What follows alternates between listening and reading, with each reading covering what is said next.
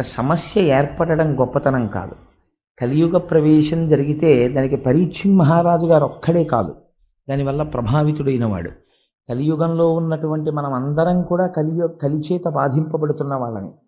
కాబట్టి ఇప్పుడు కలి బాధ నుంచి తప్పుకోవడానికి మార్గం ఏదైనా ఉంటుందా, ఇది చెప్పేవాడు ఎవరైనా ఉండాలి. కలి వస్తే ఎలా ఉంటుంది, ఇన్ని బాధలు పెడతాడు, ఇవన్నీ అసలు యథార్థంగా ఎలా ఉంటుందంటే గోంగూర పప్పు అన్నం తింటున్న వాడి దగ్గరికి వెళ్ళి గోంగూర పప్పు తింటే ఎలా ఉంటుందో చెప్పినట్టు ఉంటుంది. కలి బాధలు మనకి తెలియనివి పడుతున్నవే కదా. కొత్తగా కలి పురుషుడు ప్రవేశిస్తే ఇలా ఉంటుందండి అంటే బహుశా ఈ బాధలన్నీ దానివల్ల అని తెలుస్తుందేమో తప్ప, కడుపు నొప్పితో ఉన్నవాడికి కడుపు నొప్పి ఎందుకు వచ్చింది అంటే మీ కడుపులో చిన్న పుండు వేసిందండి దానివల్ల వస్తోంది నొప్పి అంటే ఏమిటి దానివల్ల ప్రయోజనం, అంతకుముందు నొప్పి ఉంది ఇప్పుడు నొప్పి ఉంది కాబట్టి పుండు ఉందని తెలిసిందంతే.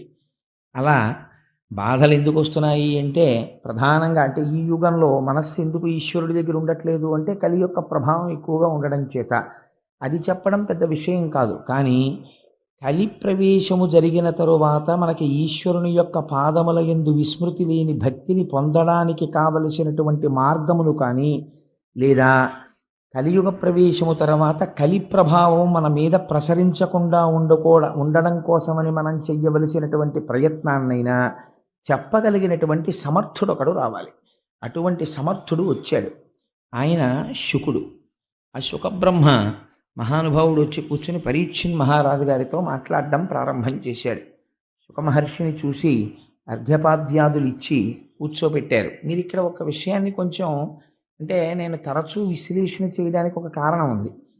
ఇది అలా చెప్పడం ఒక పురాణ విషయంగా దాన్ని చెప్పడం నాకంత పెద్ద ఆసక్తి అనిపించదు. ఎందుచేత అంటే నేను పురాణంలో ఎలా ఉందో అలా యథాతథంగా పరీక్షిత్ మహారాజు గారు ప్రాయోపవేశం చేశారు, శుక మహర్షి వచ్చారు, ఆయన్ని చూసి చాలా సంతోషించారు. నేను చచ్చిపోయే ముందు నువ్వు వచ్చావు, చాలా సంతోషమయ్యా, అందుకని నీ కాళ్ళు కడుక్కో, చేతులు కడుక్కో, నీళ్ళు ఇచ్చాడు, కాసి నీళ్లు తాగు, నీళ్ళు ఇచ్చాడు, నమస్కారం పెట్టాడు, సాష్టాంగం చేశాడు. ఇవి చెప్పాను అనుకోండి, ఏమిటి అందులో గొప్పతనం ఉంది నాకు చెప్పండి. ఉంది ఒక గొప్పతనం. ఏమిటంటే ఎవరికైనా మృత్యువాసన్నమైపోయింది అని చెప్పారనుకోండి, అయ్యా మీరు ఇంకో 2 రోజుల్లో వెళ్ళిపోతారు, లేకపోతే 3 రోజుల్లో వెళ్ళిపోతారు అని చెప్పారనుకోండి.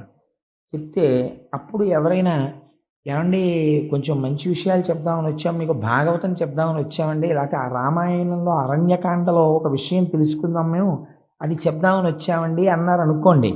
నేను ఇలా అన్నానని మీరు అనుకోవద్దు. సాధారణంగా మనిషి ప్రవృత్తి ఎలా ఉంటుందంటే బాబు ఇప్పుడు ఎందుకండి, అందుకే మన వాళ్ళు ఒక మోట సామెత ఒకటి చెప్తూ ఉంటారు, ఒక ముతక సామెత, చచ్చేవేళ సంధ్యమంత్రం అని. అప్పుడు ఎవడు దాని గురించి రామాయణం గురించి భాగవతం గురించి విందామని అనుకుంటాడు సామాన్యమైనటువంటి వ్యక్తి. అప్పుడు ఎవరికైనా ఎలా ఉంటుందంటే ఆ ఉన్న 2 రోజులు భార్యా బిడ్డల్ని చూసుకోవాలని. అందుకే కదా మనకి ఒక సంప్రదాయం ఏర్పడిపోయింది. డాక్టర్ గారు ఈయన వెళ్ళిపోతాడండి అని చెప్పరు. ఎలా చెప్తారంటే దగ్గర వాళ్ళు ఎవరైనా ఉంటే, ముఖ్యమైన వాళ్ళు ఉంటే టెలిగ్రామ్ కొట్టడమో ఫోన్ చేయడమో చేసి పిలిపించేసుకోండి అని చెప్తారు. అంటే దాని ఉద్దేశం ఏంటంటే ఇంక ఈయన వెళ్ళిపోతాడు, చిట్ట చివరి చూపు దక్కుతుందని. అందులో మనం దోషం పట్టవలసిన తప్పేం లేదు. ఇంచేత అంటే లోకము యొక్క పోకడని బట్టి వాళ్ళు చెప్తారు. అలాగా చెప్తే అయిన వాళ్ళందరూ వస్తారు, ఒకసారి ఇంటెన్సివ్ కేర్ యూనిట్ అద్దం దగ్గర నుంచి చూస్తారు, వెళ్ళిపోతారు. వాడికి టెన్షన్ మరీ ఎక్కువైపోతుంది లోపల ఉన్న వాడికి. ఎప్పుడూ రాని వాళ్ళందరూ వచ్చి అద్దం దగ్గర నించున్నారంటే ఏమిటి దాని అర్థం, అంతకుముందు వాడికి అనుభవం లేదేమిటి. సో మనం వెళ్ళిపోయే టైం అయిపోతుంది అన్నమాట అని వాడికి భయం ఎక్కువైపోతుంది. ఎన్ని ఎటెన్ వేసినా బీపీ రీడింగ్ మాత్రం పెరిగిపోతూనే ఉంటుంది. అది వేరే విషయం అనుకోండి. కానీ ఇక్కడ పరీక్షిత్ మహారాజు గారు ఒక గొప్ప విషయం చేశాడు. పరమధార్మికుడు అని ఎందుకు చెప్పవలసి వచ్చిందంటే శుకమహర్షి వస్తే ఎవ్వరూ వెయ్యనటువంటి ప్రశ్న ఒకటి వేశాడు. ఈ ప్రశ్న వేస్తే శుకుడు ఏమనాలంటే ఓ నవ్వు నవ్వి గొప్ప ప్రశ్న అడిగావులేవా, ఇదేం చల్లుతుంది ఏమిటనాలి. వాళ్ళిద్దరు అలా మాట్లాడుకోలేదు, అది విచిత్రం. పరీక్షిత్ మహారాజు గారు అన్నారు, 7 రోజులలో నాకు మరణము ఖాయమన్న విషయము నాకు తెలిసిపోయినది. నేను పాము చేత కరవబడతానని శృంగి శపించాడు.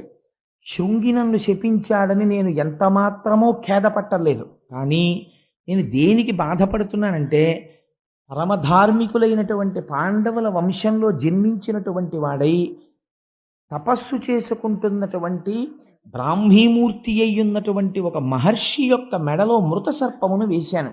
నేను చేయరాని పని చేశాను అని నేను బాధపడుతున్నాను. ఎంత గొప్ప మాట చెప్పాడో చూడండి పరీక్షిత్. ఉరగాధీశులకు నేనొప్పింతు, నేను శృంగి నన్ను ఎలా శపించాడో అలాగే ఈ శరీరాన్ని తీసుకెళ్ళి ఆ పాముకి అప్పజెప్పేస్తాను. మీరు ఆ మాటలు కొంచెం జాగ్రత్తగా వినాలి.